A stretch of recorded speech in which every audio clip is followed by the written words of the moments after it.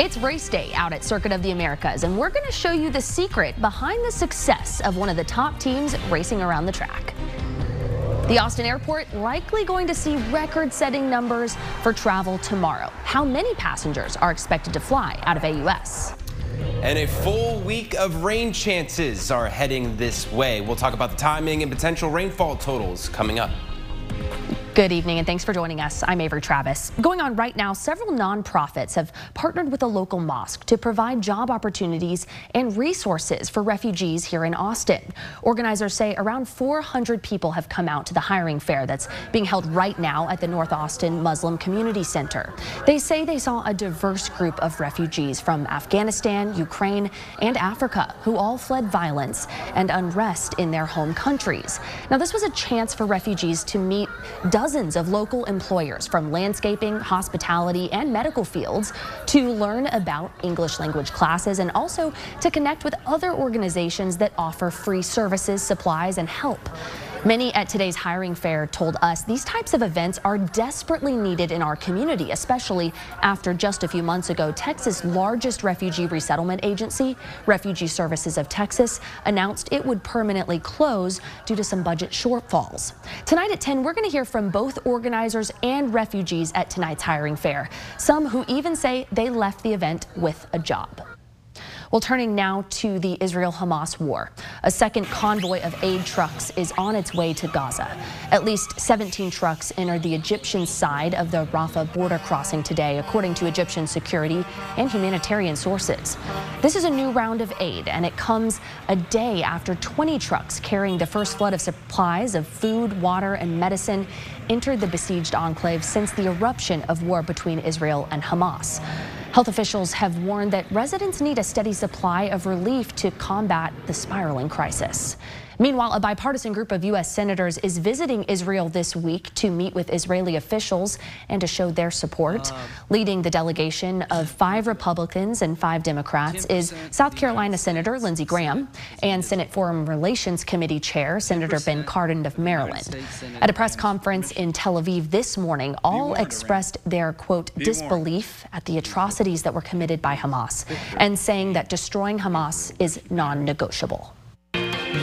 First warning weather with meteorologist Sean Kelly. Happy Sunday evening, everyone. 5:10 is the time. Hopefully you had a great weekend. You were able to enjoy some of this unseasonably hot weather that continues across the area.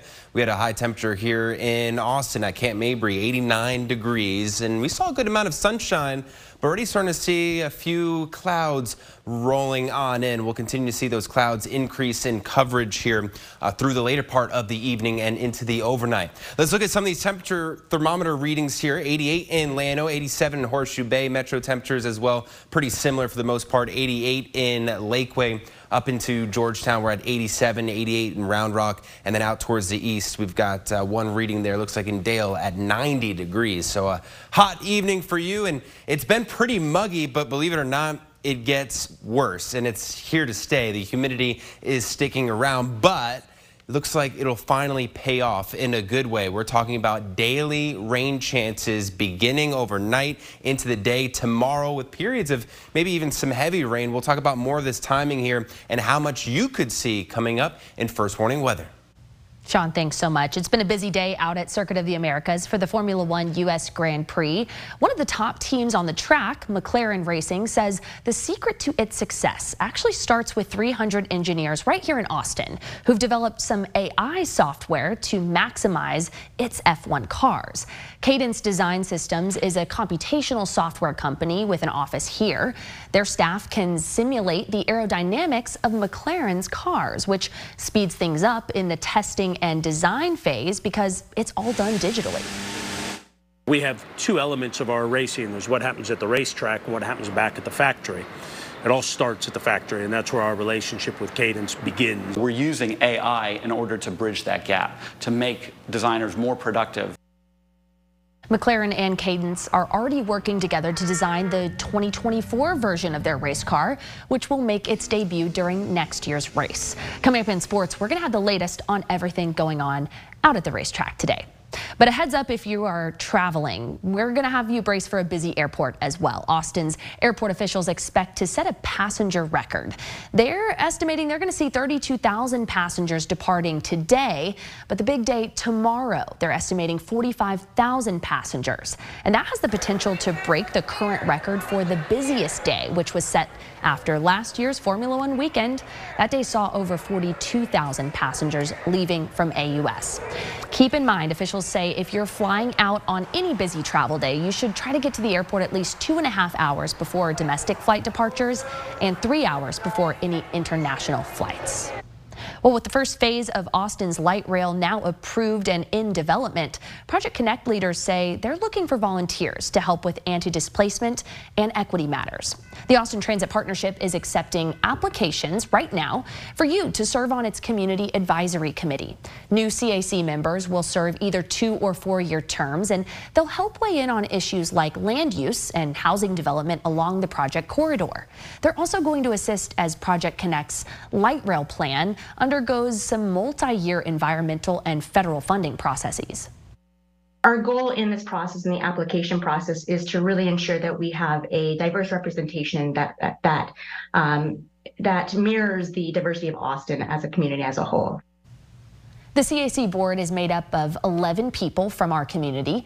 ATP says it's accepting applications for those spots right now through November 17th.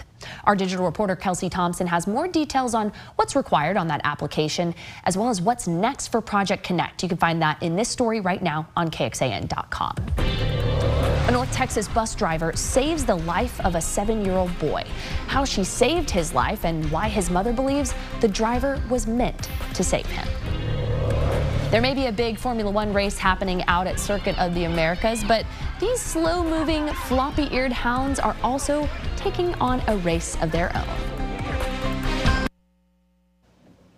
I think we're all going to see enough video of Formula One cars racing around the track from this weekend's race, but I think this is the race we all want to see, so we're going to give you something a little different here. These floppy-eared hounds aren't exactly known for their speed, but they got to take part in a more leisurely paced race.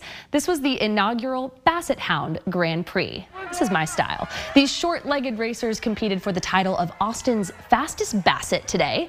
Despite their reputation for being slow runners, they are well known for their persistence. That's what makes this race not only about who can cross the finish line the fastest, but who has the most determination. Awe-inspiring for each of us. There's a lesson in there somewhere. The champion of today's race was a hound named Sophie, who had quite the training regimen and a pre-race diet to prepare for this Grand Prix.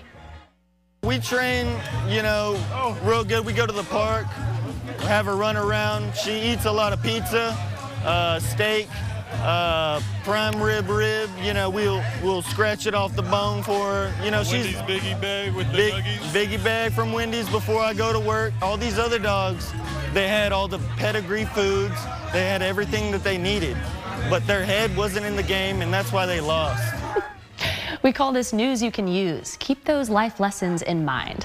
Now, after the Basset Hound Grand Prix, people gathered to watch another race on TV at much faster pace. We're going to have the results from the U.S. Grand Prix out at Circuit of the Americas today. That'll come up later on in sports. Well, a quick-thinking school bus driver in Dallas saved a 7-year-old who started choking on the way to school. Take a look at some video.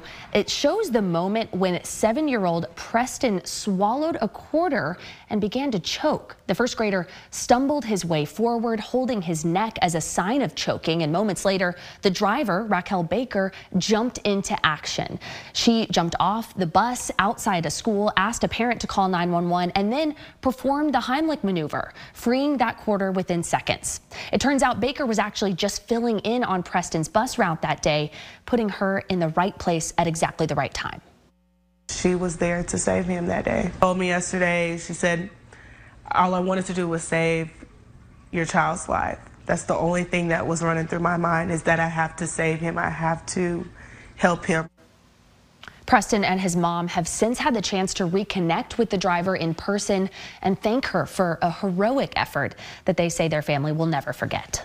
And another hot October weekend in the books. We had record-breaking heat yesterday. Today, pretty warm, 89 degrees. The normal temperature for this time of year should be into the lower 80s. So our unseasonably warm weather, it continues on into the day tomorrow, basically all week long. But you know what? We have some good news. We're talking about a week's full of rain chances each and every day. We'll talk about the timing coming up here in First Warning Weather and how much you could see through the next 7 days coming up. Early voting begins on Monday for the November 7th election, and Texans will be voting this time on 14 different proposed amendments to the state's constitution. Our Monica Madden reports one of the proposals to help Texas acquire more state parks is getting some high-level bipartisan support. I'm Casey Musgraves, and I want to tell you about Prop 14. Grammy-winning country artist Casey Musgraves embraces nature's golden hour. This is our chance for a new golden era for state parks creation. It's why the Follow Your Arrow singer is asking Texas voters to follow her to the polls to vote yes on Prop 14. Serving the wildlife and wild places that make Texas so special is something that unites us all. A yes vote would allow Texas to create a $1 billion trust fund to create more and expand upon existing state parks. Right now, Texas Parks and Wildlife leases land from the private sector to create some parks, but the fund would allow Texas to easily buy more land. Already, our existing state parks are sometimes bursting at the seams and can't keep up with the demand.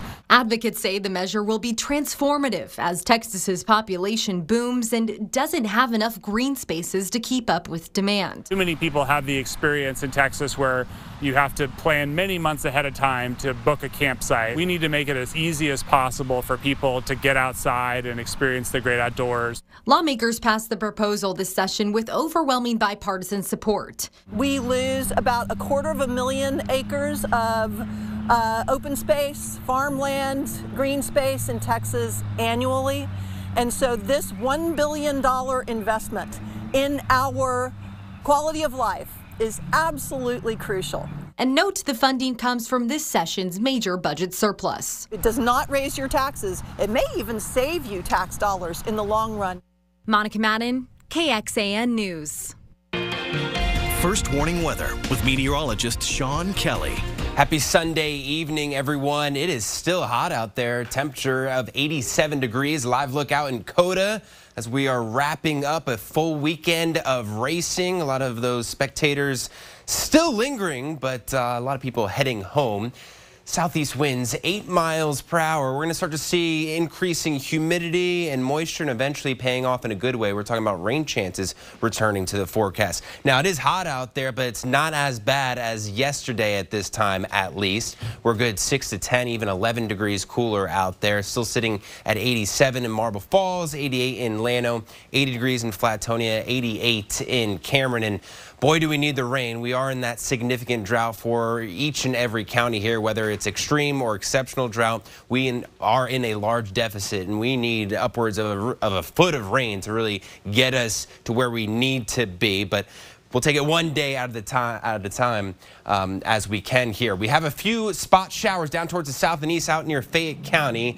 Not going to amount to too much here, but we'll start to see a few of these showers start to become a little bit more widespread late tonight after midnight, mainly in the form of some mist and drizzle as we're watching the remains of what currently is Tropical Storm Norma that will continue to weaken as it's making landfall over Mexico. And as it moves over the mountains of Mexico, we'll just see the remains of the piece of energy that will increase our rain chances and the lift in the atmosphere and kind of squeeze out that moisture. So a few spot showers and some sprinkles after midnight, then a little bit better chance of rain early tomorrow morning. Think about 7, 8, 9 o'clock. Could even see a few isolated thunderstorms out there. That'll be a possibility. As we head into lunchtime, still a few 30% chance of some widely scattered rain chances continuing on into the evening. Not a rainy day at every single hour where you're at, just the chance for rain in a few spots here and there. And then we'll get a little bit of a break overnight into Tuesday morning. We kind of do it all over again with some light rain, maybe some rumbles of thunder out there,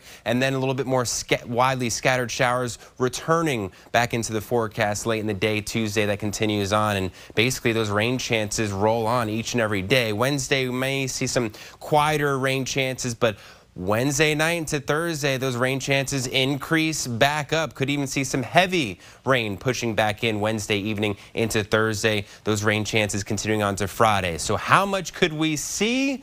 Well, overnight and into tomorrow, into the first half of Tuesday, not that much. A few tenths of an inch looking like a possibility. But you look at the rain chances each and every day through the next 7 days, and we could see upwards of an inch to maybe an inch and a half in a few spots. So that'll be nice to see. So 71 degrees for a low overnight, 20% chance after midnight. Light winds out of the south-southeast, 10 to 15 miles per hour. Through the next 7 days, we're still well above average in terms of temperatures into the 80s, but those daily rain chances continuing on all week long. This is KXAN Sports, brought to you by Thomas J. Henry. Annually since 2012, F1 brings one of the biggest events of the year here in Austin, the United States Grand Prix. UT Band annually performs before the race, and this year was no different. The Cowboys cheerleaders were in attendance as well. Prince Harry checking out the action. You never know. Rory McIlroy right there as well. You never know who's going to be in the house at Circuit of the Americas. Our sports digital guru, Billy Gates, also informed me track star Sha'Carri Richardson was in the house as well. Beautiful day for the race, even if it was hot. Good scenery at least. Lando Norris had the lead for a while at the beginning of the race. Lewis Hamilton jumped ahead briefly. Norris got it back, but right here on lap 28, Max Verstappen is able to secure first place briefly, but then in lap 39, Verstappen was able to jump ahead of Charles Leclerc, he uses both, to grab first place. And once the race came to an end, it was once again Max Verstappen holding on to the place referred to as first. 50th Grand Prix victory for Verstappen overall, 15th victory of the season. His dominance continues. Yeah, I mean, that's of course incredible to win my 50th Grand Prix here as well. So yeah, very proud of course, and yeah, we'll just keep on trying to push for more. Staying humble. Next up for F1, the Mexican Grand Prix, which will take place in Mexico City next Sunday at 3 o'clock. College football, Texas got one. It was pretty close, but they got it. Reaction from the Longhorns after their nail-biting victory over Houston when sports continues after this. Keep it here.